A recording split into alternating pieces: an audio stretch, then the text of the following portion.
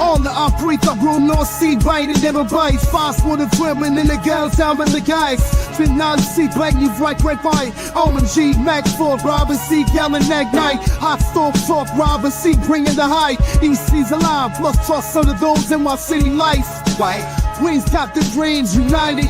On the rag, Trump out, bring me stack.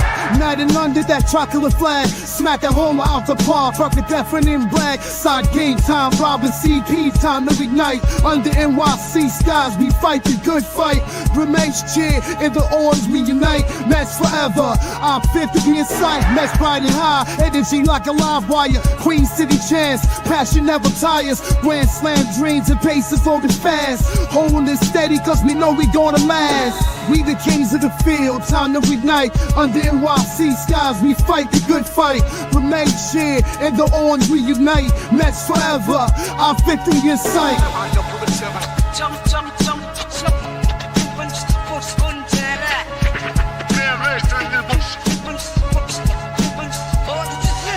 All hearts ignite like NYC stars. Robin CP, guiding even through scars. Queens got the glow, city anthem flows. What's up, Mets fans? Welcome back to episode 26 of the Mets Hot Stove.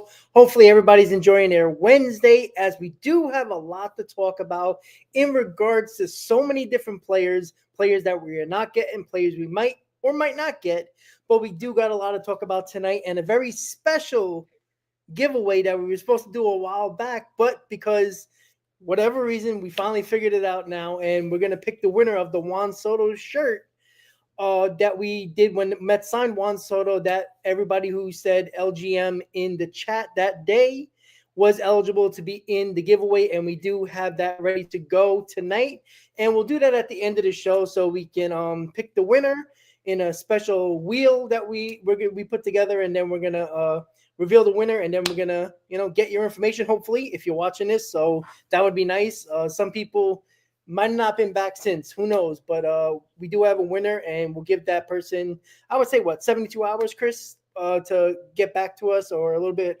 into that, because we don't have their information. They would have our information. What do you think about that? Yeah, give them some time, maybe comment and tag them in the comment section after the video and see if they respond, and if not, then on to the next person. Yep, absolutely. All right, guys. So we're going to have to start with the obvious situation that's going on right now. And it is a lot with Alonso and everything like that. But before we get started, we know that as soon as the Roki Sasaki situation basically finally came to a conclusion that the Mets weren't going to get him, the Mets had a ton of money to spend in the IAF area, and they signed Elian Pena, one of the best international free agents on the market. And we gave him $5 million, and that's basically the bulk of our IAF money. And we signed, I think it was up to 17 international free agents. Probably more than that. It'd probably be up to 20 at some point. But the Mets did get their prize international free agent, 17 years old, Elian Pena. And Chris, just quick words about that. He's 17 years old. We don't know what he's going to be, but his all his attributes, all the things that you want to see in an international free agent, when you're one of the best in international market, you kind of like, oh, okay, cool. We'll see how it goes 3, 4, 5 years from now. But what are your thoughts on that right now? Yeah, I haven't really got a chance to watch too much tape. I did watch a little batting practice session that he had. There's kind of like an angle that faces directly towards him, so you get kind of like a side view of his swing. Left-handed bat, which is awesome. I always like to see a young up-and-coming prospect being a lefty. We know that he's a shortstop. He has a sweet, compact swing. It's not too long. It looks very compact. So I'm curious how the power is going to translate, and if they decide to lengthen his swing a little bit, which would make sense. But again, the most talking points that I see, because clearly people were worked up about Roki Sasaki. People got their hopes up in this fan base. And clearly, if there was a Roki Sasaki option for the New York Mets, we know that he has top teams named already, being the Blue Jays, Padres, and the Dodgers. A lot of Mets fans are holding out hope for Sasaki. And so it sort of seems like it's just gloomy, right? Now that we signed Elian Pena instead, who's only 17 years old, and we won't see him in the major leagues for quite some time. And I understand it, but at the end of the day, he's a young, exciting prospect. And the other thing that I see regarding Elian Pena is that he's a shortstop, and the Mets already have too many shortstops in this farm system. But the great thing about it is that him being 17 years old, so young, coming into this farm system, the Mets can mold him to any sort of position that they really want him to go to, right? And he has that capability of doing that. He's athletic from what I hear in the scouting report. So again, I just don't like when fans get bogged down by the fact that he is another shortstop in this class. Francisco Lindor is going to be here for the foreseeable future.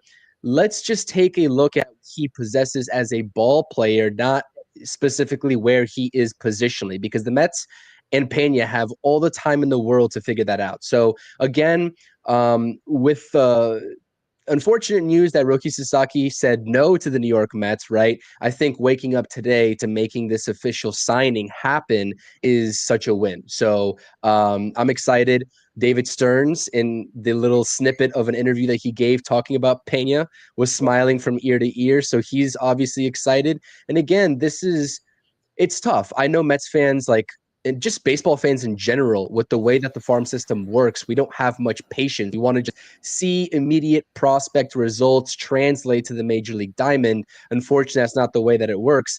And we'll see Elian Pena when he's ready. But this is a good start.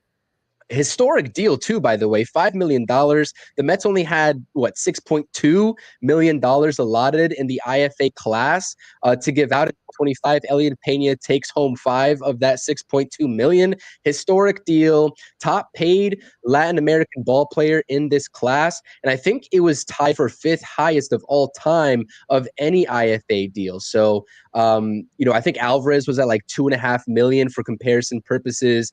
Giovanni Rodriguez was around there as well, and Alex Ramirez, when he signed way back when, was at 2 million, just over 2 million. So it really puts into perspective the magnitude of this signing. So good thing to wake up to. I'm excited.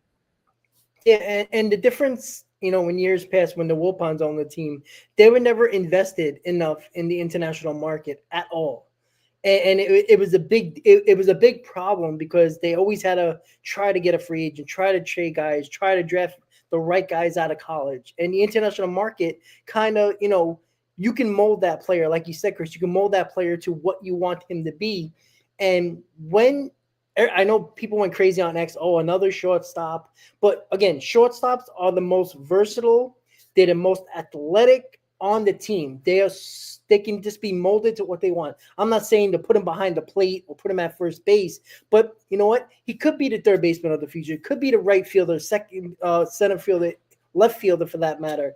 We really don't know. But again, it's going to take 2 to 3 years at the very least. If he's one of those, skyrocketing type of prospects where he's going to be in the top 10 right away when he finally inks the deal officially, he's going to be in the top 10 in the Mets system.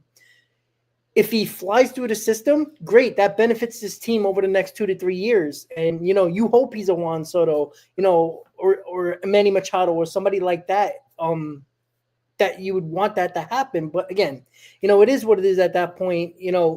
He is one of the top-rated international free agents. That's why you give him $5 million. And, they had their eye on him for a while. And then when the Roki Sasaki thing kind of popped up, the Mets had to hold off. And as soon as that was out of the question, now we know that we got Pena. So, and probably up to 20 at this point, international free agents. So that's a good news on the prospect front and the minor leagues and the international free agents front. But now we got to talk about the ever ongoing story and saga. I mean, this is like episode 3 of of this saga when it comes to Pete Alonso. And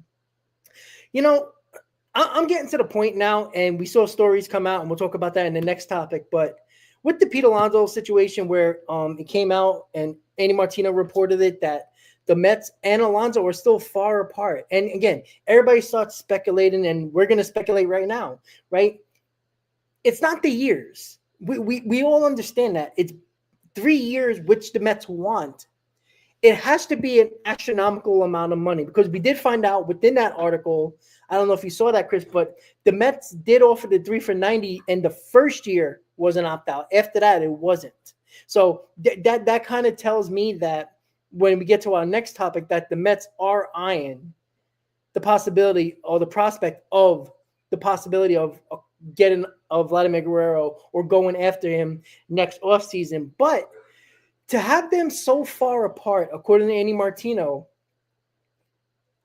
it has to be the money. Like, it has to be so much of a gap that the Mets like have to think Boris is on drugs, because it just doesn't make sense. Like, I don't think $5 to $6 million is per year is that much of a difference. I mean, he has to be asking for $40+ million. That's the only thing I can think of, Chris, that they can still be far apart, that they can't come to a middle ground of, say, 35 million. If the Mets are offering 30 and he's offering 40, and they can't come to that middle ground, they have to be asking for like 3 for like 130, 140, like astronomical AAV, because I don't think the Mets would have this leaked out so easily. Or maybe it's not. Maybe it is Boris that's leaking that out, but I don't feel like they would make this so much of an issue and prolong this if it wasn't the difference of a number that was so different and so far apart. I was on mute. Sorry. So basically, when that report first dropped, we talked about it. I talked about it on my channel. We talked about it. You know, it was sort of far gone conclusion for me that I was very confident that the Mets and Alonso figured it out sooner rather than later. Because again, you hear Alonso offering the Mets an exclusive deal to them worth 3 years. 3 years. This is what the Mets want. This is exactly what they've been after for Pete Alonso this whole entire time. So why isn't this deal done yet? The money is definitely the issue.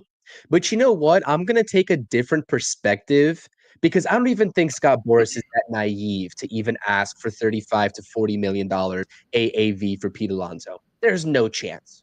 There's no chance, right? He could be asking for 33, 34 perhaps. And at that point, if the Mets are stuck on 30, that's a very easy way to find common ground.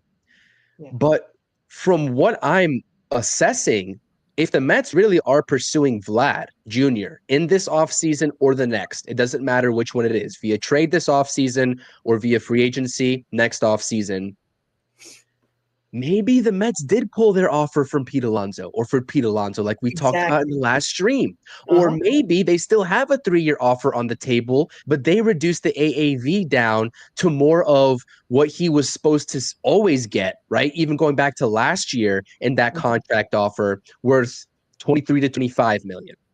And Boris is coming in at 30, 31, 32. You know what I mean? Yeah. I don't know. This is a very tricky situation, Rob. I thought it was going to be very easy with a very fine-tuned solution after that original report came out last week. But now Vlad Jr. and Martino dropping that bombshell, because I think this is the very first time this offseason we've heard officially that the Mets actually discussed with the Blue Jays what they would potentially want, or if they're going to let Vlad Jr. go in this offseason, right? We've been talking about it in terms of speculation, but this is the very first report from a credible reporter. And I'm using the term credible loosely here with Martino, because again, he does get a lot of stuff right. We know that he has a bias towards the Mets. That's very obvious. But like you said last stream, when it comes to stuff like this, I trust Martino, to be honest with you. There's no reason for him to lie about this sort of situation, to be honest with you. So this is what I'm thinking, is that maybe the Mets pulled any offer that they had short term off the table, if they even had one at all on the table for Pete Alonso, right? Because again, 3 years, $90 million that we talked about weeks and weeks ago, I mean, I was still even struggling to find the verified source of where that was actually on the table. I'm not sure which reporter actually reported that, but again, I think that there's a deeper meaning behind this. And I always thought that, and I always knew that, right? Because again, the Mets don't believe in Pete Alonso long term. They just simply don't. And that's always been obvious, or else the deal would have been done already. Correct. You know what the craziest thing of this all is? And listen, I understand the Mets are definitely negotiating in good faith, right? They're definitely negotiating in good faith. They are wary about investing in Pete Alonso because if you have a guy that you are setting your sights on in Vlad Jr. and you want him on your team, no matter the backstory of Pete Alonso and how long he's been in this organization, it's a baseball decision at the end of the day. From a president of baseball operations that really has no ties, no concrete ties to Pete Alonso as it is. You know what I mean? Pete Alonso is not David Stearns' guy. I think a lot of people fail to understand that. But the most shocking thing here is that Steve Cohen, in that same report, is fully supporting David Stearns and is just taking this sidelined approach in whatever David Stearns decides. We've seen in years past where negotiations were up in the air. Steve Cohen steps in and offers that extra little bit of money to get a deal done for a guy that he wants in this organization. He did it for Juan Soto. I understand Juan Soto, Pete Alonso is not Juan Soto. I get that. But there's a deeper meaning to this all. And then we can get into discussion of, do the Toronto Blue Jays actually strike a deal for an extension with Vlad? I don't think they will, to be honest with you. I don't think Vlad Jr. wants to be in Toronto. I think he's going to hold out, and I think he's going to force the Blue Jays' hand to either go into the season in a contract year like the Mets did with Pete Alonso, or just trade him right as soon as spring training is going to start. So, I don't know, man. This is getting crazy. On SNY and Baseball Night in New York, everybody was talking about, especially on social media, when is Steve Cohen going to step in? Well, Andy Martino said it on Baseball Night in New York.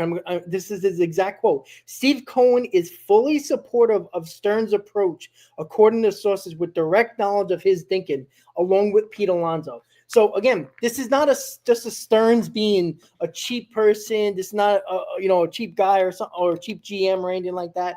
He is having 100% support for Steve Cohen. And I'm telling you guys from the beginning, not just about the play on the field. There is something internally going on with Pete Alonso, with this team for years, within the clubhouse, within the organization.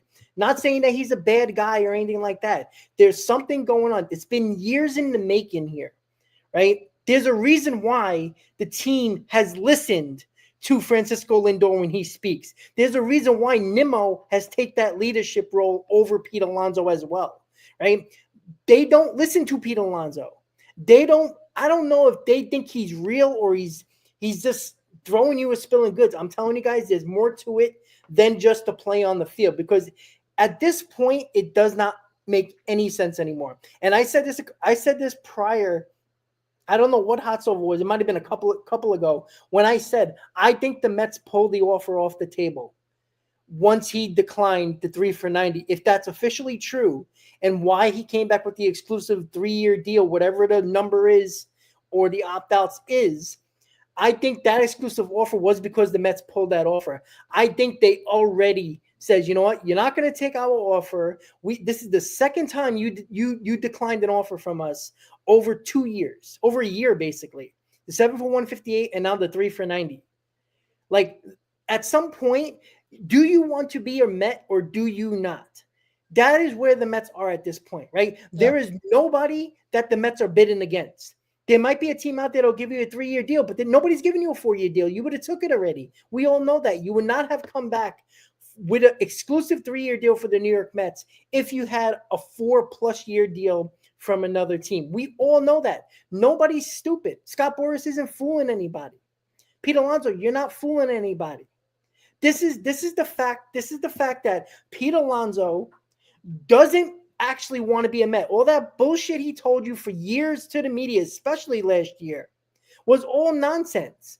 Because he had an opportunity to sign that 158, which was a very fair deal. It was a couple of $1 million over the qualifying offer for that year, and he was going to be in the top 3 or 4 top first baseman paid first baseman in the league.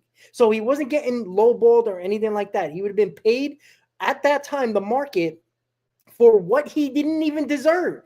He's not better than Freeman. He's not better than Vladimir Guerrero Jr. He is not better than Matt Olson.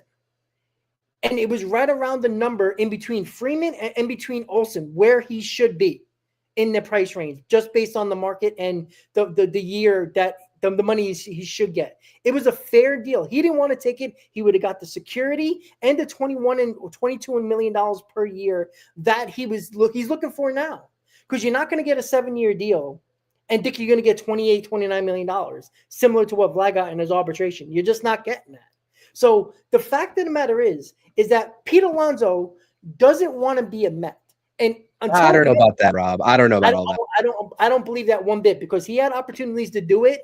And yeah, look, I have no problem with betting on yourself, right? When he declined that 7 for 158, I understood what he was trying to do, because he just saw Aaron Judge bet on himself and have a massive season, right? Maybe if he had a massive season, there would have been more teams bidding on him, and maybe the price would have got, a little crazy, but the Mets might have had to do it. I said this from the beginning. I think the Mets would have gone 5, 6, maybe even 7 years on Pete Alonso if there was a bidding war for Pete Alonso. Because there is none, there's no need to bid for you. There's no need to give him a 5-year deal or even a 4-year deal when nobody else is doing it.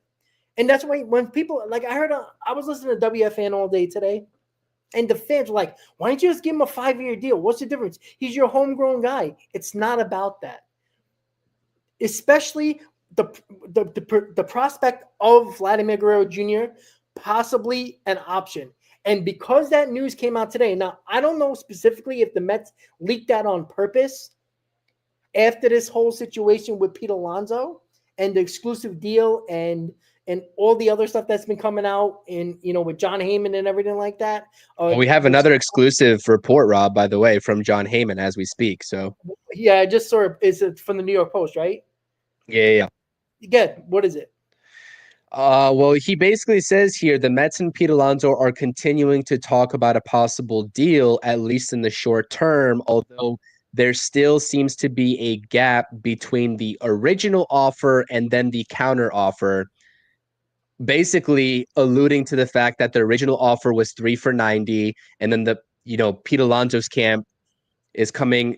Well, we don't know what the original offer was. We're just speculating that it's 3 for 90. But then the counter offer from Pete Alonso last week, where it was 3 years, and then we don't know the AAV. While the sides are said to be making progress on at least the structure of the proposed deal that's expected to be for 3 years and includes at least one opt-out, there was no word if the two sides have closed the substantial financial hurdle that's hung over these high-profile talks. So basically, they figured out the opt-out. Right. And then they've settled on 3 years and they figured out the opt-out. And then this is the funny thing about it. The Mets have let Alonso's camp know they need a decision, and soon, on whether the two sides can do a deal, as they want to make sure they leave themselves enough time and options to pivot elsewhere prior to spring training. I'm telling you this right now, that's Chris, the key. That is very telling. The fact that the matter is that rumor came out, or that report came out about the Vladimir Guerrero, the Mets checked in and spoke to the Blue Jays. I'm telling you right now, this has been in talk for a while. They've been talking for a while. It's just a fact, right? It's no coincidence that Vladimir Guerrero Jr. on his Instagram account posted his jeweler, and he has family in New York and he has people in New York and stuff like that. That is all related here, right? Everything is related here. And I'm telling you this right now, the fact that was reported tells me the Mets are probably giving him an end date here, because they're absolutely right. They can't let the Blue Jays trade Vlad somewhere else, right? You can't have that happen. You can't be one of the teams. You can't be one of the final. You have to be one of the final 2 teams in on Vladimir Guerrero Jr. You can't be holding the stick here and keep on playing games with Pete Alonso, because then Bregman comes off the board. Maybe they will pivot to Anthony Santander, who can play first base. You cannot waste time, because all you're doing is hurting yourself at this point, right? You can survive without Pete Alonso. It is possible. There's other players out there, right? The Mets technically want Pete Alonso, but for what they want him for. and what he probably, I don't think he deserves a 5. Well, I can't say he doesn't deserve a 5-6 year. That's not fair. But people don't. There's nobody around baseball that believes he deserves a long-term deal because for whatever reason, whatever metrics they have, and clearly they all have the same metrics on Pete Alonso because somebody would have offered him a long-term deal by now. I truly did. I think I would not be shocked if they gave him an end date the end of the week. Like they have to, because if they checked in with the Blue Jays, and I'm assuming the check-in isn't just today or yesterday, it's been ongoing. And maybe they are discussing, a couple of reports came out. I know, Hector and Mike, Hector Gomez, Mike Rodriguez, they're not the best sources around. But you know what? Right after that report from both of those guys, Andy Martino said that they checked in. So somewhere in between, they're talking with Vladimir Guerrero Jr. or Toronto about Vladimir Guerrero Jr.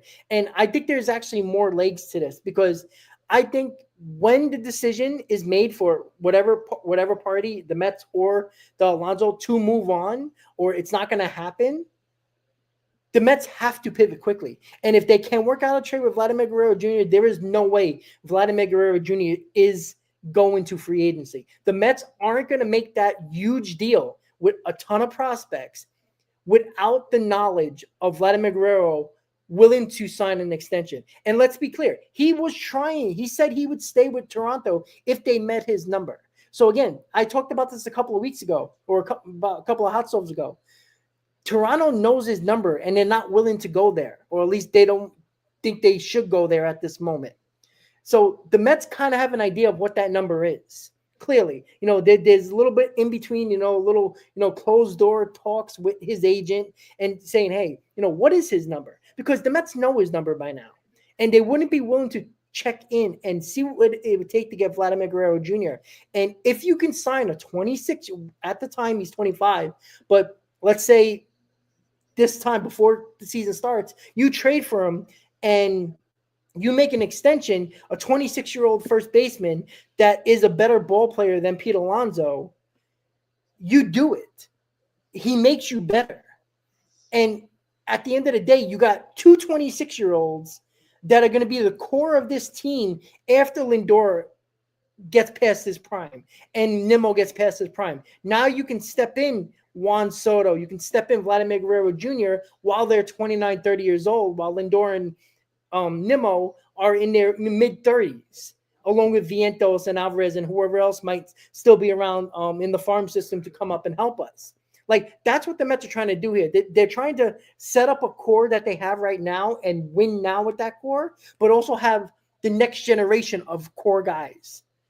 That's what they're trying to do. That's sustainable success. That's how you do that.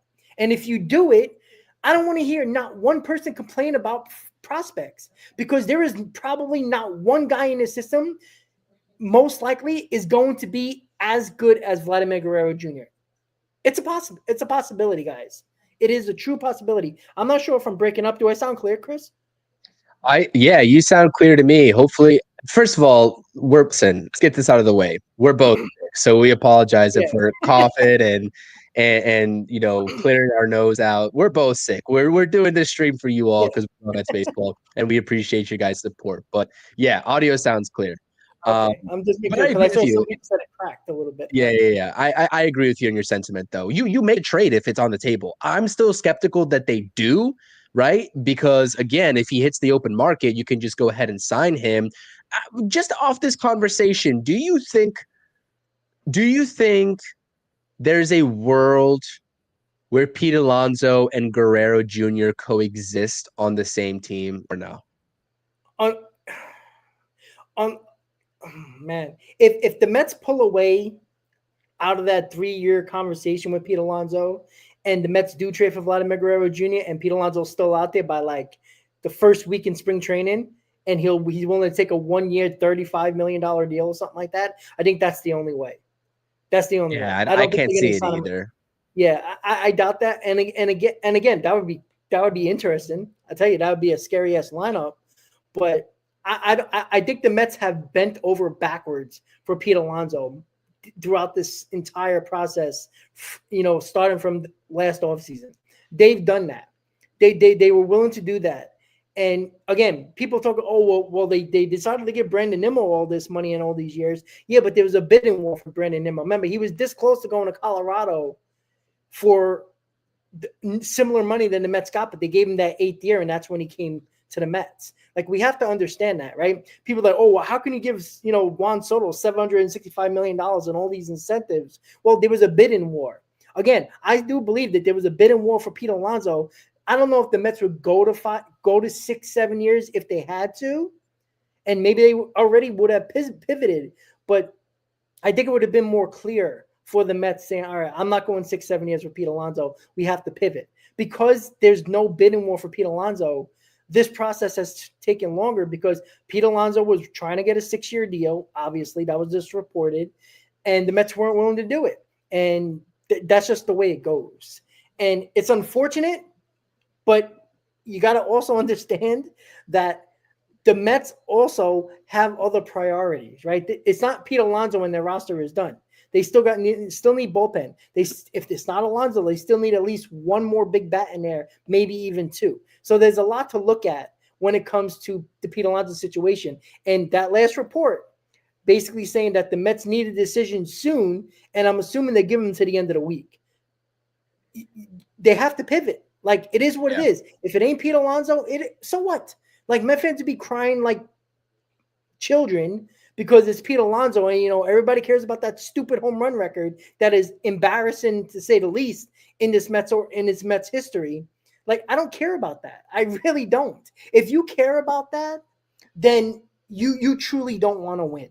Like, I truly believe that. Like, if your first sentence out of your mouth is, well, Pete Alonso can break the home run record for the Mets history, which isn't very high to begin with, and your a sentence before that should be, I want to win a championship, but it would be nice for Pete Alonso to break that record.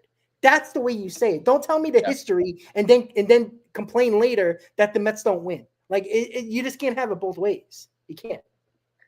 Listen, a couple of things here, Frank. Appreciate you gifting a membership. Shout out to Frank and the continued support. Definitely appreciate that.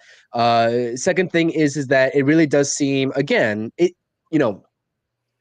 it seems like the Mets want Pete Alonso back. I tweeted this out on my X account. I stated the fact that by opening day, Pete Alonso will be the first baseman for the New York Mets. That was even after Martino's report.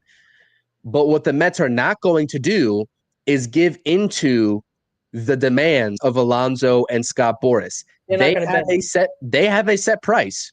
They have a set price, and they are willing to watch Alonso walk out that door if he does not meet their standards of what they want, because he had the opportunity previously.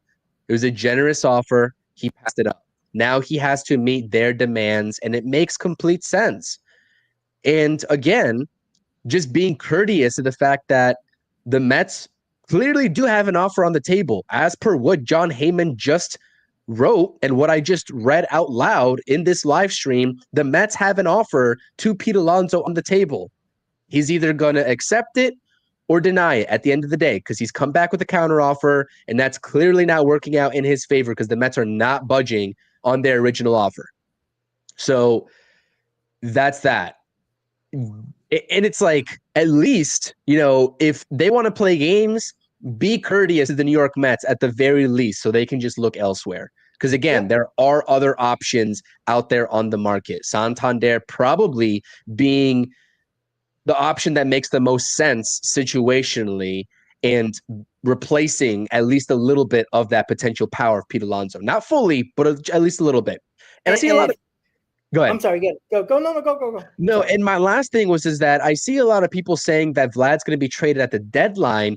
Are we really sure about that? Because I don't think the Toronto Blue Jays want to go down the route that the Mets just did with Pete Alonso, potentially letting Pete Alonso walk for free. They don't want to go down that route. So I really think to maximize, even though he's going to be a rental regardless for whichever team ends up with him, if they do trade him, I think to maximize, if they're thinking about maximizing their return, it's going to be in this offseason, and it's going to be closer, again, to that spring training mark, because Vlad Jr. has already come out and said, I am not negotiating a new deal with the Toronto Blue Jays once spring training starts. So I think it's this offseason, Rob, if it happens. Yeah, and that's what I'm thinking too. The other thing, because of the report that came out about Anthony Santander taking a short-term deal, it's going to be less money than what Pete Alonso would get from the Mets per year. So even if it is a 3-year deal from Anthony Santander, it's probably going to be from like what, 22, 24 million. So it's probably going to be $6, $7, $8 million less than what you're going to give Pete Alonso per year. And you can still go after Vladdy Guerrero Jr. even if you get Anthony Santander, because it's basically the same amount of money you're spending at that point. If you get Pete Alonso, I mean, it's going to be more with Pete Alonso, but the Mets can actually save money in that aspect, knowing that they can get Anthony Santander. You can put him in left field, DH Nimmo, as we talked about, and go get Vladdy Guerrero Jr. to play first base. And now you're talking about a really damn good lineup here. And that's the other thing too. I think they're actually looking at it in that perspective, right? If they can get Anthony Santander and say Pete Alonso's out of the question, he's not taking that deal. The Mets are not budging from their 3 for 90. It is what it is.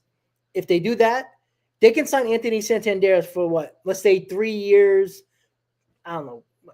Let's say $25 million per year. Let's say it's 3 years, $75 million, right? It's about $15-16 million less than the Pete Alonso offer. So that's $15 million they still have in their piggy bank, in their payroll to spend. Even if they do get Vladdy Guerrero Jr., if that's their plan all along to get Vladdy Guerrero Jr., they can get Anthony Santander, who's a very good player, for less money overall, around $50 million, about $5 to $6 million less per year, and save money on that payroll to get whatever else you need. If you want to go after another starting pitcher, maybe they won't, but the bullpen, maybe they will use that money to go after Tanner Scott, right? That's where they can still get really good players in here and have money left over in their budget to go get that big name bullpen arm like a Tanner Scott, Chris. Yeah, I agree. Or they can just re-sign Pete Alonso and go after the guy that we're going to be talking about in our next topic too. Like, again, there's so many different ways to go about this. And I think that Mets fans lose sight of the fact that Pete Alonso, and I mentioned this again in one of my videos that I posted earlier today as I discussed this Andy Martino report of Pete Alonso more in depth on my channel.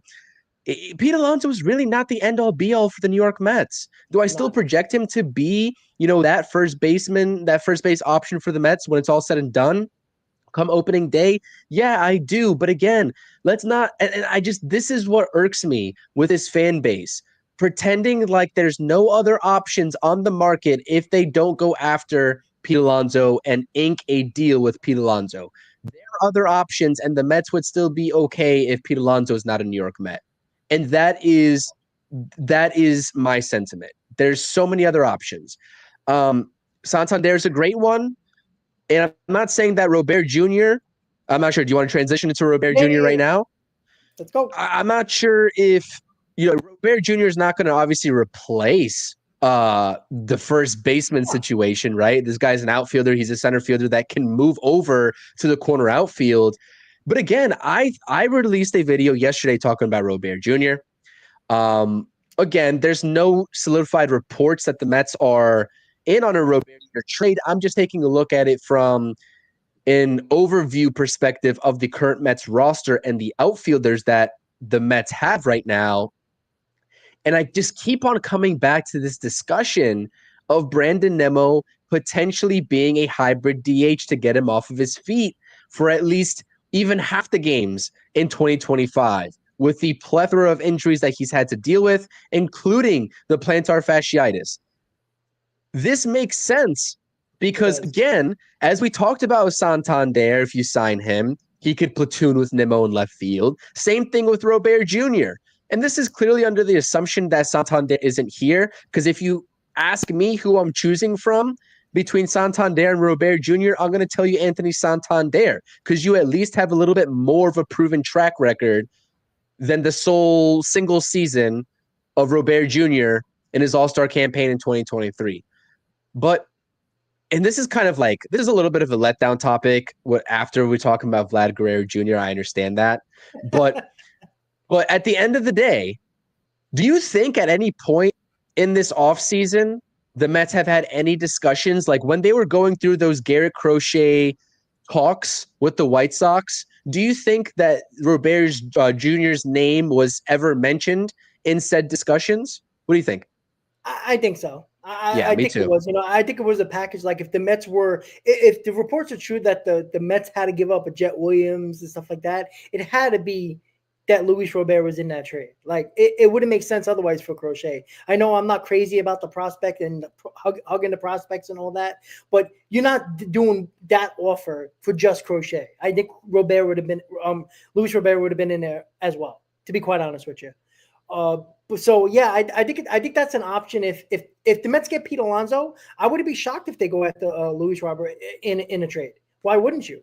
Right? He didn't have a good year last year. I think he played 90 games, 100 games, 100 not a games lot of flat. games. Yeah. So he didn't have a good season. But again, he was on one of the worst teams. He was on one of the worst teams in baseball. So again, Dak didn't change a lot of people's perspective, or moods and the way you play when only in 2023 he had an all-star season. Putting him on this team would make him better, obviously. And you put him in left field. Like you just do that. And then you DH Nimmo, right? Nimmo's a problem. We don't know if he's healthy, right? We got a month until spring training. We don't know if Nimmo's actually going to be ready to go. Like we have no idea.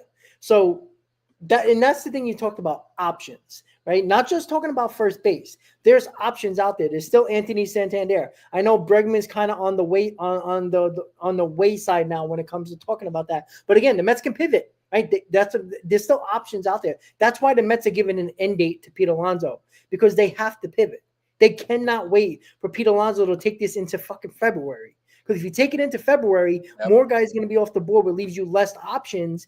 And the Mets don't want to be bent over a barrel. And now Pete Alonso has the leverage. You can't have that happen right now, because the Mets have all the leverage in the world right now. Because on Friday, they can say, you know what, Pete, we're done. Trade for Vladdy Guerrero Jr., sign Anthony Santander, and get Tanner Scott in here. And now you're talking about a team a week, just 3 days ago that still hadn't solidified a roster yet, and now you can feel very confident going into the season with a roster like that with Santander and Vladdy Guerrero Jr. and Tanner Scott in the back end of your bullpen along with Edwin Diaz. Like that's a huge deal. But yeah, the option about Luis Robert is a perfect scenario if the Mets sign Pete Alonso. If they sign Pete Alonso, I can see them trading for Luis Robert Jr. I think that's a fact. I think why not? Like, I don't think Santander could still be possible, but I don't see the Mets doing that at that point, to be quite honest. I think Robert Jr. is a good choice if you get Pete Alonso. Yeah, and because Robert only comes with a $15 million cap hit in 2025, and then you have club option years for him at $20 million apiece over the next 2 seasons after that. So a very cheap option for what he produced and what he can produce. And again, you talk about a guy that's been riddled with injuries. If you put into a platoon scenario with Nimmo in left field, where he can also DH a handful of games for you, if not the majority of games for you, if you're still stuck on Nimmo playing left field and want that to happen, that's the perfect scenario for him to have a bounce back season, and more so in line to what he did in 2023 rather than 2024 for Robert Jr. Big salute to Pure Adrenaline Sports. Please go ahead and subscribe over to the PAS channel if you get a chance, if you haven't done so already. Regular Mets live streams, in-game live streams over there on that channel. Thank you for the super chat, John. It means a lot. And this is what my point was and what we didn't talk about with the Pete Alonso sort of controversy right now, is that in that exclusive report from John Heyman, well, actually, this was from Martino, but John Heyman's report said that they want ample time to be able to pivot if Pete Alonso and his camp don't think the Mets and Alonso can get a deal done, right? So that means that they are looking to upgrade the offense even past Pete Alonso, which means that there are more options on the table that they view as fits. And this is even coming with the Martino report stating that they are still completely comfortable if it gets to that point with Vientos handling a bulk of games at first base. I know some Mets fans could be uneasy about that. I can't lie. It makes me a little bit uneasy, just a little bit. It's not the end all be all. It's not the end of the world. It just makes me a little bit uneasy. But again, if they are comfortable with the internal route of going with Vientos for the time being in 2025 until the Vladimir Guerrero Jr. situation presents itself, and then you have Heyman stating that they still want to pivot elsewhere, you don't need to just address first base in order to make your lineup better. That's where your Jerks and Profars of the world come in. This is where we're having this discussion on Luis Robert Jr. You can still add to other areas of your team and be a better ball club for it. So I don't want Mets fans to lose sight of that because, again, it's not just first base that they must address. And if you're telling me that you don't want to bring a guy like Robert Jr. on because the Mets already have Starling Marte on this team and they already have a guy like Tyrone Taylor, with all due respect, you all know that I love Tyrone Taylor, big fan of Tyrone Taylor.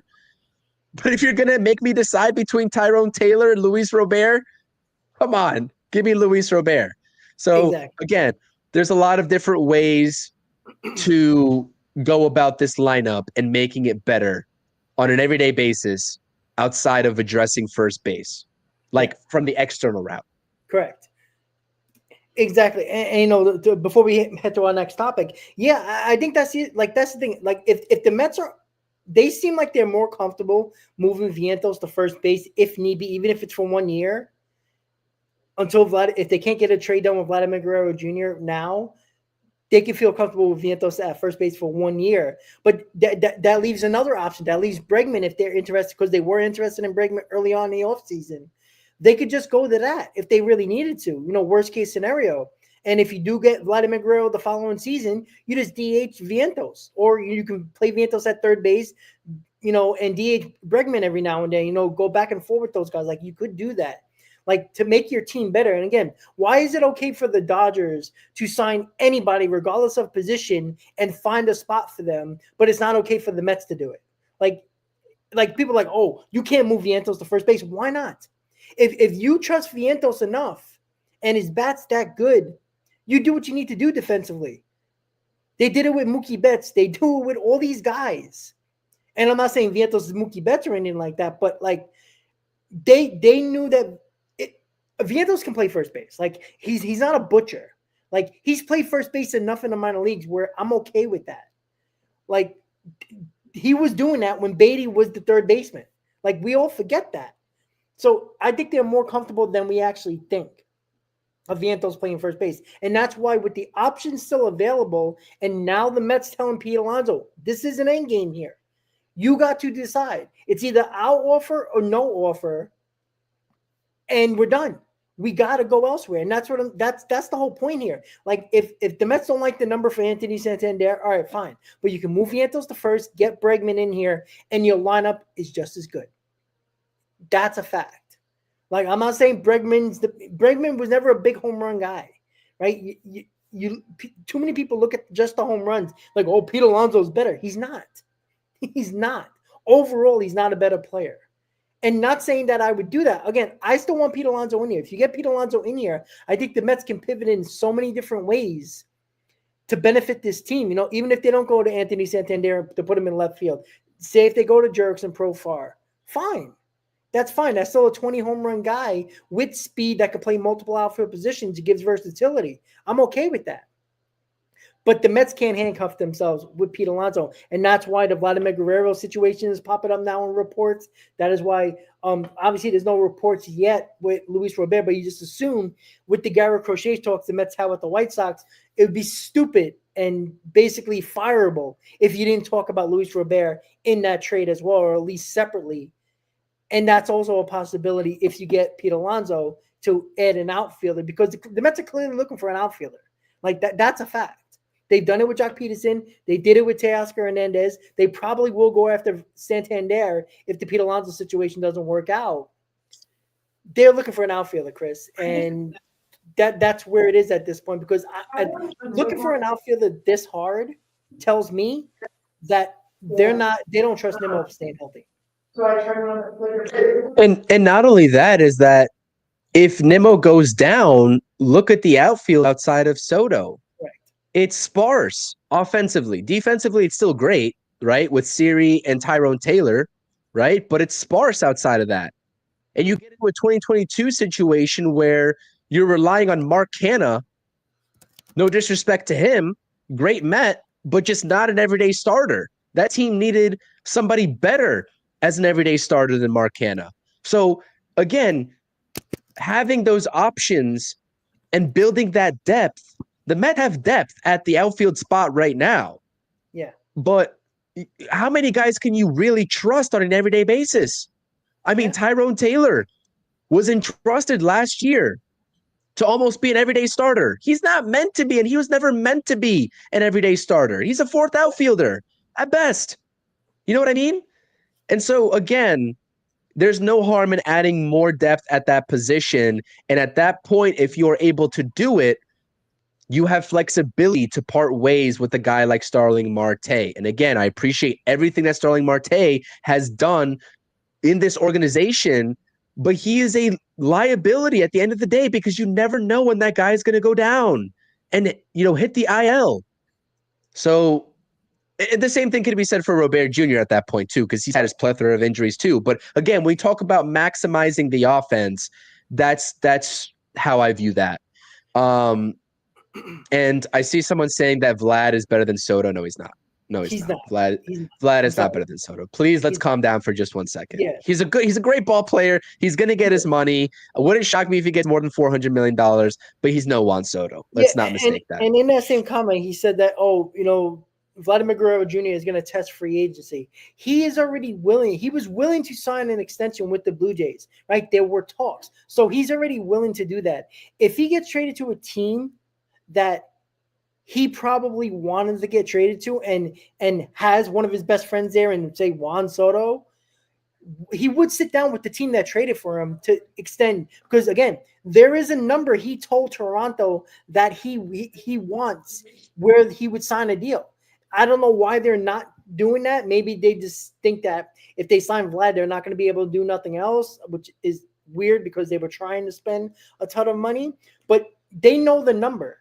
And if they know the number, damn well the team that trades for him knows that number as well.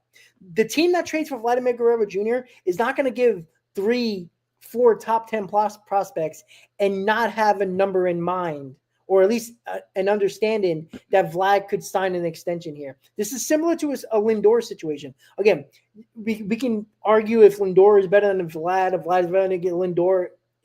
Different positions, different players, but the Mets knew that Lindor was willing to sign an extension, right? That's why they made that trade. That's why they traded all their shortstops on the roster, because they had a good feeling that Lindor would sign an extension. They're not going to make that deal, or any team's not going to make that deal for 1 year and give up all those prospects, not knowing that Vlad can't sign an extension.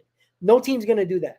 So the Mets already, that's why when you check in, you make sure that Vlad is willing to sign an extension, because you're not going to trade 4 top 10 prospects for Vladimir Guerrero Jr. and have him for 1 year. I mean, you could, but the Mets don't work that way. And David Stearns is not going to work that way. So they know the number that Vlad wants to extend. That's why they're checking in, and that's why it's a possibility. I saw the comparison between the situation of the Yankees when they traded for Juan Soto, who they knew was, potentially a 1-year rental. Look at the package that they sent over to San Diego. And I understand that, San Diego kind of lucked out because I believe it was Michael King that went over there and performed really well. Yeah. But that package for Juan Soto was a little bit light, if I'm not mistaken. It was, they got a good reliever that was, and that's it. They didn't really get anything special. So, but again, and that was the other thing. The issue with that was nobody was willing to trade for Juan Soto and give up top prospects, because most teams knew that he wasn't going to sign an extension. And I don't think the Yankees knew he was going to sign an extension. Maybe they thought they can get him in and speak to him, but it was clear very quickly that he wasn't going to sign an extension once they got him. And I think the Mets, the Yankees had kind of that, that little, I don't think we did a good job here, because at the end of the day, they didn't retain that guy that they gave up 4 or 5 prospects to, and a guy that could be in their rotation where they might have not had to overpay for Max Fried and Michael King. Like that's the trickle-down effect. And I'm not saying Max Fried's going to be bad, but that's the trickle-down effect. Like you could have had a cheap pitcher that's very good in your rotation and Juan Soto, but you ended up having none of those, and you had to overpay for Max Fried. Like that's the downfall, if you want to call it a downfall. It is. Like that's the thing. I think if the Mets were willing to trade for Juan Soto last year, they probably would have extended him somehow. But the Yankees probably didn't do enough of their homework to know that he wasn't going to extend. Or they were so scared that they sucked and they embarrassed themselves the year before that they needed somebody in here, and they're doing anything they can to win, which I completely understand and I appreciate. But they didn't. They screwed that up. Or maybe that they were just too overconfident and they thought the pinstripe effect would just have the magical wonders. You know what I mean? Like, come on now. Anyways, let's get into Juan Soto's former team, the San Diego Padres, as it pertains to Dylan Cease. Again, we're talking about the pitching staff. I'm not convinced that they're going to go after another starter, especially via trade. But with what the San Diego Padres got going on right now and that turmoil on the ownership level front, there's a plethora of different guys that could be on the trade block. For me, and I don't know much about Padres baseball. If there's a Padres fan that happens to stumble upon this live stream, let us know your thoughts and opinions. But a major contract that they could get off their books if they're willing and if they want to shed payroll, if that's their goal, is probably Jake Cronenworth, because I do believe he had an extension either last season or the season before that, which was surprising to me because, again, I think of Jake Cronenworth, I'm like, he's good, but he's like not that great to want to like extend right away. I don't know how that situation played out, but I really also think that the Roki Sasaki decision will have a lot of bearing on whether the Padres let Cease go. Cease is still only going to be making $13.75 million for the 2025 season. He's not making $20+ million. The arbitration, this is his last arbitration year before free agency next season, and it's only at just under $14 million worth of a cap hit. So I don't know, man. The Padres are a wild card. I'm not ever really confident in the Mets and the Padres striking a deal in a trade. But again, it just seems like the Mets have been linked to Dylan Cease for quite some time, even going back to last offseason before he became a Padre.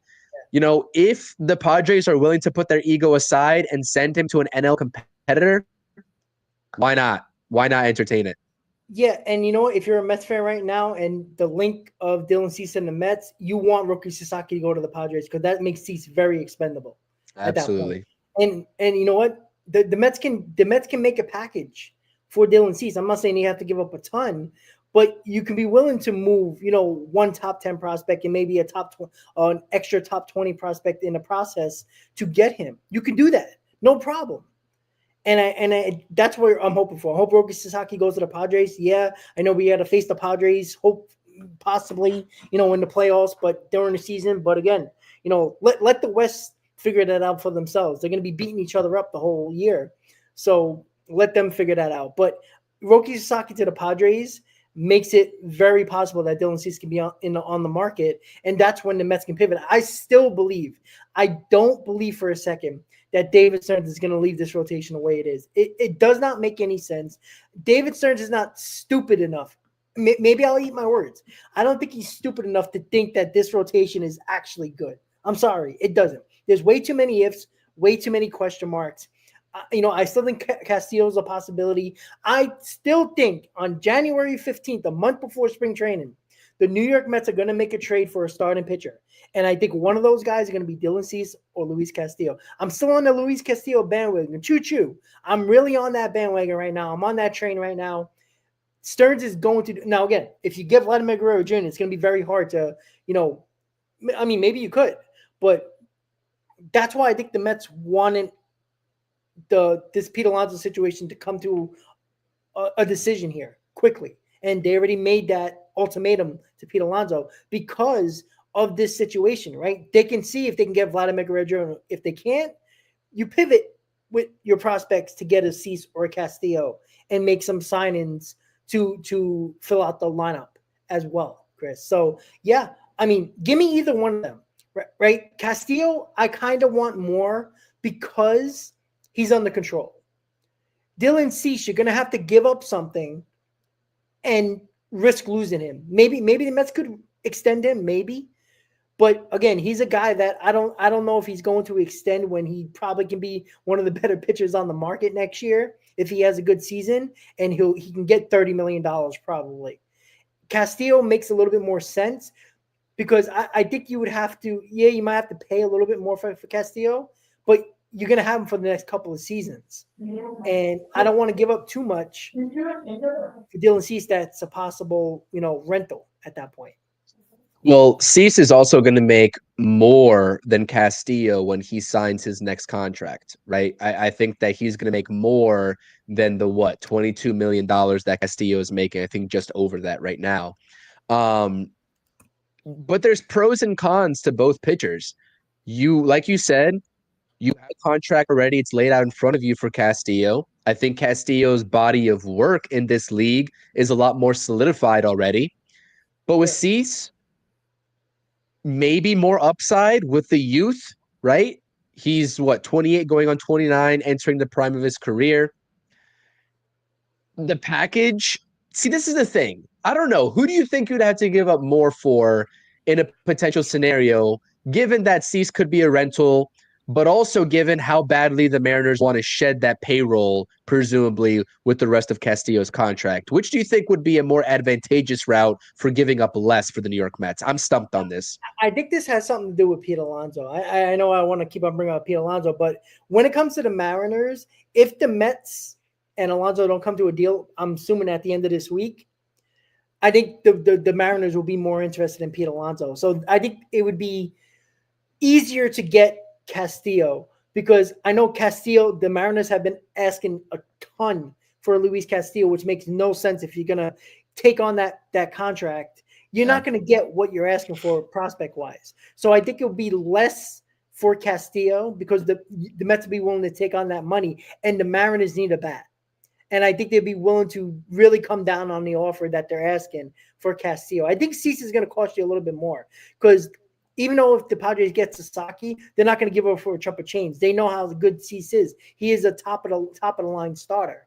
You can probably get I would say a top 5 prospect for Dylan Cease, depending on what they're looking for. I'm not sure if they're going to be looking for a pitcher, a prospect pitcher. Maybe they're looking. I'm not sure what the Padres need in their farm system or even on the Major League roster for that matter. But I'd be willing to do it for either one of them, to be quite honest. But I think Cease is going to cost more, just based on the Castillo money. Fair. That's fair. But again, so someone I think is Ron in the chat, I believe, said, and this is a big worry for me too, because again, we've heard crickets from the Atlanta Braves this offseason so far. We know that they have a move up their sleeve. I am extremely worried that they are going to somehow land Dylan Cease in a deal. I think that's who they are targeting, to be completely honest with you. And I just hope that doesn't happen. I hope if it's not the Mets, I hope it's definitely not the Braves. But I agree with you. I think I'd lean a little bit more towards the Castillo route, even though I like the youth movement. Again, with Dylan Cease, I just feel a little bit more comfortable with the body of work and just the workhorse that Luis Castillo is, because you know what you're going to get from him. So, but I think that we're kind of switching tunes here, because back in mid to late December, I was very adamant that the Mets were going to get another starting pitcher. even beyond Sean Manaea.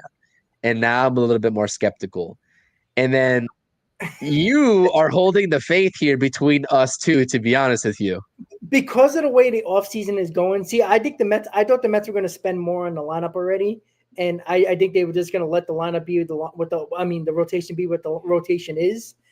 But now that I'm like, if they end up getting just one more bat, let's say if they just bring in Pete Alonso and nobody else, like, how confident are you in this team? Like, all right, No, it's not good. That's not good enough. Let's say we get Tanner Scott. All right, let's say we solidified his bullpen. The bullpen looks pretty damn good. It's not good enough. I'm sorry. Pete Alonso is not going to do enough. I'm sorry. It's just not.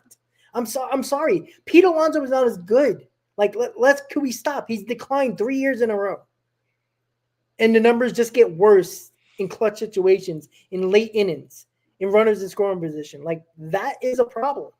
He's not going to get better he's not going to bat in front of Juan Soto. Let's make that very clear. He's not. He is probably going to be protected by Vientos. Like, it's probably going to be Lindor, Soto, Alonso, Vientos. 1, 2, 3, 4 if they only get Alonso. So Alonso needs the protection because he can't be a protector. And now you put him behind Soto because you can't really put him anywhere else. So Soto is probably going to see less pitches to hit. And now you got to count on Pete Alonso to get those hits where Soto gets on base. And Aaron Judge made sure Juan Soto got home during the season. He made sure of it. I don't know if Pete Alonso can do that. You know, I'm not talking about the playoffs now. I'm not talking about a handful of games. You got to get to the playoffs. Pete Alonso needs to help that out. And you know, it seems like Alonso's in his, and that's where I think the Mets are thinking too, Chris. Like, there's a situation here that this whole process is because they don't trust Pete Alonso, regardless of where you put him in the lineup. Like, can you put him behind Vientos? No. Like, why would you pitch to Vientos at that point? It makes no sense. Like, if there's 2 outs or even 1 out for that matter, Juan Soto gets on base. Damn, now we got to pitch Vientos. You're gonna pitch to Vientos or Pete Alonso? You're gonna probably work around, see if you can strike out Vientos, you know, trying to make him fish outside the zone. If you don't, they have no problem pitching to Alonso to get him into a double play. Like, that's the scenario we're gonna be seeing during the season. And the Mets know that. Teams couldn't wait to pitch to Pete Alonso last year. It was frustrated because he had a ton of men on base all year. And I think the Mets, and again, it's a decline the last 3 seasons, guys. Look at the numbers. It's not just last year. It's been a decline after the pandemic. And let's not talk about injuries. That's not the only issue, right? Because Lindor can still play good with a back injury. Nobody wants to talk about that. Like, it's been a steady decline. Sorry, guys. No, you're good. I think, to be honest with you, you know, even if we, you know, regardless of whether Pete Alonso is on this team or not, I think the one flaw that's going to help him out a lot is just stop chasing at that down and out slider. I think things are going to be a lot easier. That's what I'm saying. That's what I'm saying. That's what it comes down to. That's really the make or break of Pete Alonso. If he's able to lay off that down and out slider, he is going to be light years of a better hitter because of it and for it than what he was in 2024. It was a miracle. Like you just mentioned, it was a miracle that the Mets even got to the playoffs, given the production that they got from guys like Nimmo and Alonso. It was a miracle. And that's thanks to Lindor, Iglesias, Vientos, and that crew. You know what I mean? Just think, Chris. The Mets won 89 games last year with a bad season from Nimmo, a down season from Alonso. If they would have had just average back of the baseball card seasons, just close to their normal numbers, the Mets could have easily had 94, 95 wins, 96 wins. Probably division winners. Like, that's the difference. And why it's so frustrating. Because all they had to do was play to the back of their baseball cards, close to their numbers. Not even like they weren't close to their numbers last year. If they were close to the back of the baseball cards of what they could do, this team could have been a 95, 96 win team, and we might have not had been a wild card team. We could have been playing we could have won a division. We could have been playing in, waiting to play the division, or play a team, that might have been superior to us. I mean, we might have had the same fate to the Phillies, but at least we would have not had to play an extra round, or play a better team. Who knows? We might not have had to get that line of who we had to face to get to where we needed to be. Like, it's little things like that.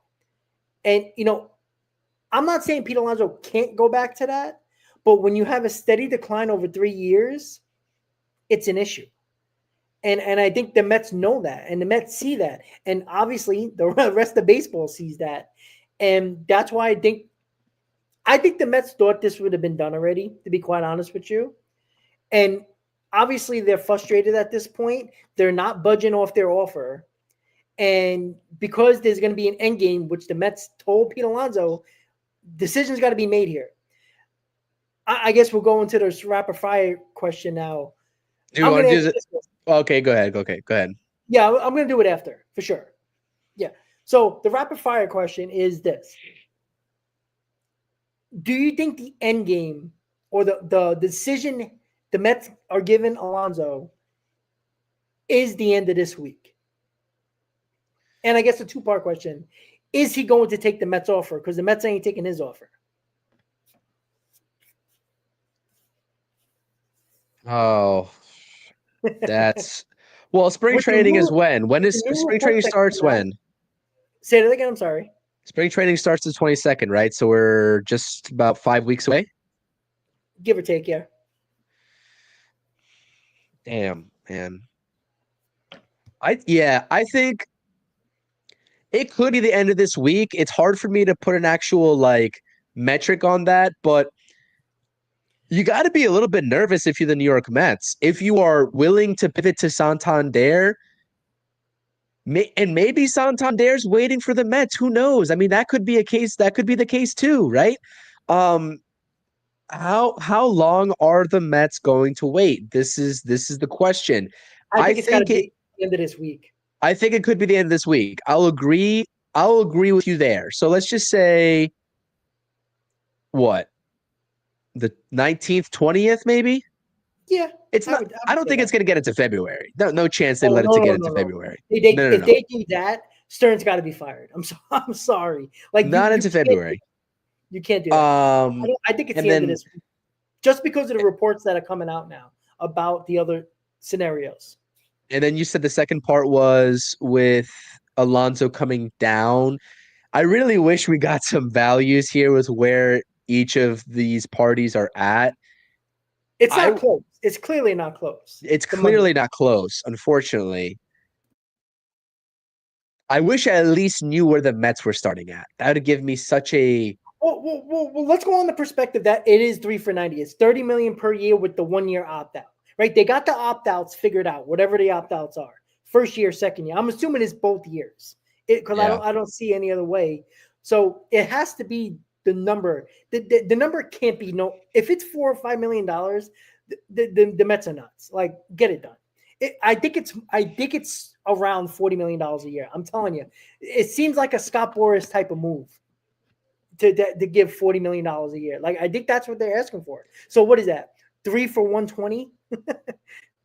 I think the Mets absolute max is 31 to 32. I think so too. To be honest with you. And even Will Salmon of The Athletic is projecting this deal to be 3 years for what? $93.3 million. So that's just over $31 million per year. That's very reasonable.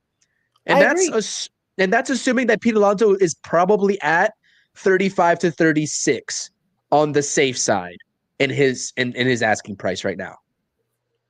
So I don't know. You see, but that's the thing. Like, I wish we knew the number for Alonso's side, just to have an idea. Because if it's like the Mets are saying 31, 32, and Alonso's asking for 40, 41, like that is actually a big gap. Like, if it's $3 or $4 million, I don't think it's that much. They can always come to a middle ground. I don't think they're going to go to a middle ground if it's that far apart. Yeah. Like, I think the Mets said, maybe they did go up a little bit and go to $31, $32 million. And if they're only going to that and they don't get Pete Alonso, I'm okay with it. I'm not going to 38, 39, $40 million for Pete Alonso. I don't even care No if there's way. opt-outs in there. I'm not doing that. That's stupid. It doesn't make sense.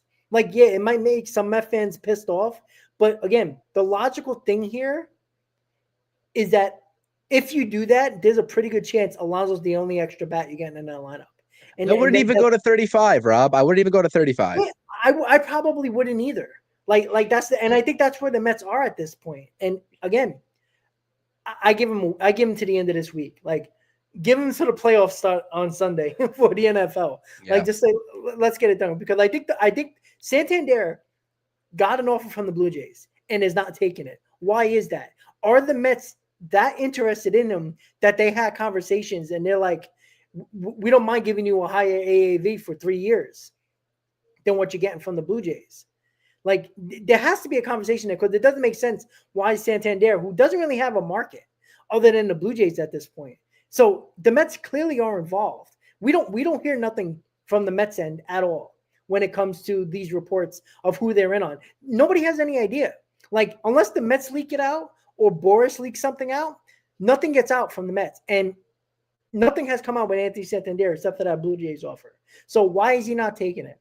He clearly has some information, and I'm not saying it's the Mets. It could be another team, but let's say it is the Mets.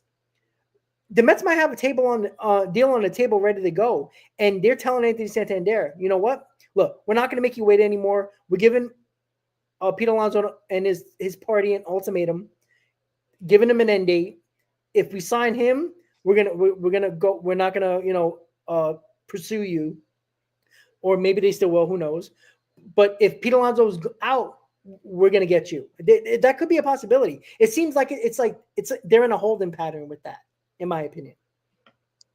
Yeah, but at the end of the day, it's just a dangerous game to play. Holding out hope for Pete Alonso, if they get word that there's just no way this deal gets done, is just a dangerous game to play. That's why they have to give an end date, and I'm glad they did. Yeah. So my question to you is, we've heard recently today Tim Healy say that the Mets are interested in left-handed reliever. Who is it? Tim Hill? Tim Hill, yeah. Of the Yankees. Bad start to 2024. He's a left-hander. He was released, I believe, by the White Sox. The Yankees picked him up, and I believe in 35, just around there, something games in a Yankees uniform. He pitched extremely well. He did. 3-pitch pitcher, sinker, slider, and a 4-seam fastball. He throws 91 max. You know me, Rob. I don't like these types of relievers. He pitches to contact. K rate is at like 10%, which is well below league average. I don't like these types of relievers. I don't. This reminds me of like Aaron Loop, who had an incredible season for the Mets and then went to the Angels and did absolutely nothing. You know what I mean? So this guy smells like, I don't know. I don't even want to project what he would be if the New York Mets signed him. But again, 34 years old, lefty, and we've heard recently that the Mets are in on Tanner Scott, or at least would be interested in a short-term deal for Tanner Scott. And at that point, if you mention Tanner Scott in a report with the Mets fans are, boom, let's go get Tanner Scott. They don't want to hear nothing about any other reliever minus Tanner Scott. Yeah. So my question to you is, with the recent report from Tim Healy and their interest in Tim Hill, do you think Tanner Scott ends up in the Mets uniform, or do you think he goes elsewhere? I think Tanner Scott's going to be a Met. I'm not convinced, man. I'm not convinced. The only reason why I'm saying it, I think Tanner Scott has nothing to do with the Pete Alonso situation, Vlad situation, any other free agent or trade that the Mets might go after, starting pitcher wise or anything like that. I don't know why that report came out of nowhere that the Mets are interested in Tanner Scott all of a sudden, and it had nothing to do with a short-term deal. Like, it wasn't even talked about that. Like, we brought that up because that has been the Mets motto since David Stearns took over. But I think they're looking at it that Diaz is going to have an opt-out soon. They want to have protection for that, just in case if he does. And I think if they are going to go with this rotation, they know they need a very good bullpen. And I think David Stearns knows that. And I think he's willing to give one time a decent contract a 4-year deal to a guy like Tanner Scott, who you know is a no-brainer. And then you can get a Tim Hill for, as an extra lefty in that bullpen, as a soft lefty who had a good season. I do that. I think they're going to sign Tanner Scott. I don't think it involves anybody else or it relates to anybody else who they might get. They have more than enough money off the books. Like the budget's there. They got $77 million that they still have available that they can spend.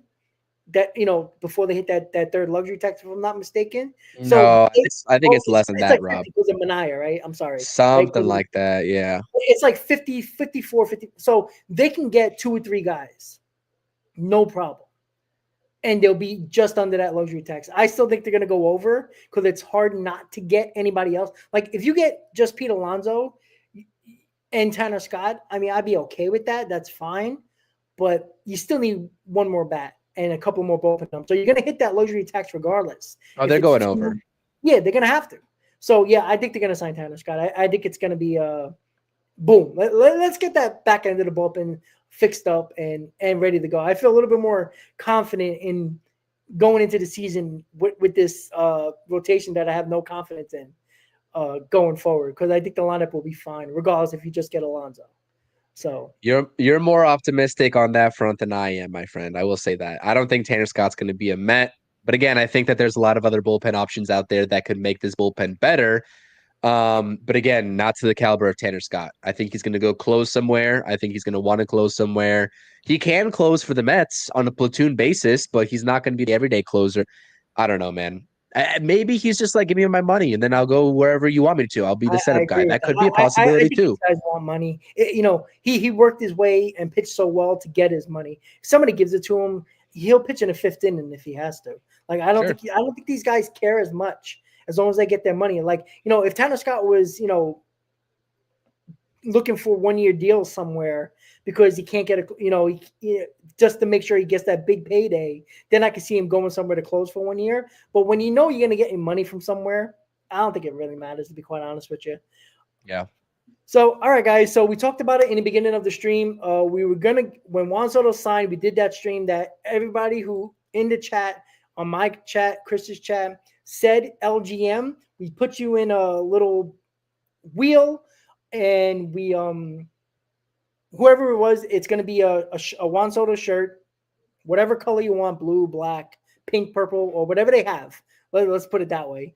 And we did it, and we're going to do it right now. So right now we're going to do the giveaway. So make sure you're paying attention, guys, and watching. If you're not watching live, make sure, and we'll tag you in this and everything like that for whoever wins. So you have an idea. We're going to give you enough time to get in contact with me or Chris in that process so you can get in touch with us so we get your information. So here we go, guys. With no further ado, here is the giveaway, and we'll be ready to go right now. Watch it, guys. Here we go.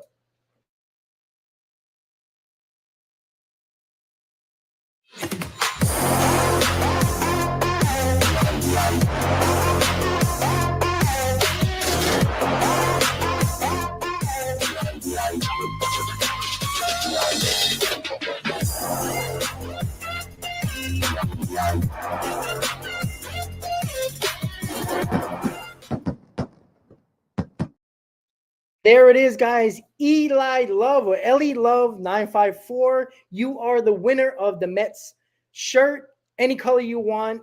You're going to have enough time to do it. So Eli Love, or whatever it is, 954. If you're not watching live, make sure you find a way to find us on my channel or Chris's channel. We will tag you on both of our channels so you can get in touch with us, and you are the winner of the Juan Soto shirt. So congratulations. One of probably many of either the Mets Hot Stove pregame or postgame shows that me and Chris do, giveaways throughout the offseason, throughout the year. We'll probably do more, of course, and our individual channels as well. So congratulations to Eli Love. Chris, any final thoughts before we head out? No, congrats. I mean, it was a long time coming. We wanted to make sure that we followed through with the giveaway for you all. So that's going to be, as soon as, whoever won claims their prize, get that over to you. much well deserved, and this fan base deserves having Juan Soto in this organization now, which is the reason why we did this. But again, we appreciate the support. Final thoughts for me is that a lot of offseason left, guys. I know it's just about 5 weeks until spring training, but it seems like there's still so much hot stove action to talk about, and we will be talking about it over the next couple of weeks going into spring training. I can't wait until spring training finally commences. Probably will be doing some post-game streams for some of the spring training games, whether it's with both of us or my channel or however we do it. I'll be doing that. I know I did it last year. I'll do it again this year. But also for my channel, again, daily videos, almost daily videos. I try to put out videos as much as I can, talking about relevant topics that are engaging you all. About 17 subscribers away from 2,000 on the channel. It's been a milestone that I've been wanting to hit for quite some time. I appreciate that. If you haven't subscribed yet, come on over to the channel, subscribe, get me to 2K. I appreciate the support. And as always, great stream. Let's go Mets. There you go, guys. So once again, congratulations to Eli Love 954 for the Juan Soto shirt. And make sure, guys, you hit that like button. If you're on X, we got a ton of people on X watching today. Head over to the channel, subscribe to the channel, guys. Mets Hot Stove is going to continue throughout the offseason, and probably, if there's some free agents still out there, through the spring training as well. So we might have close to probably 40 Mets Hot Stoves by the time we're all said and done before the season starts. So with that said, guys, thank you for tuning in to Mets Hot Stove episode 26. Congratulations once again to Eli Love 954, and we'll see you next time on the Mets Hot Stove show. Have a great night, guys, and let's go Mets. Good night, guys. Go Mets.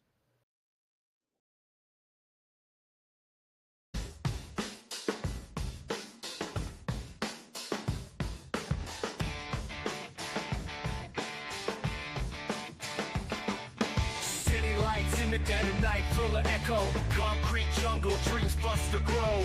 Mets in the air, chase glory, no fear. Broken backs, but hearts steer clear. OMG, the chaos, what a scene. Streets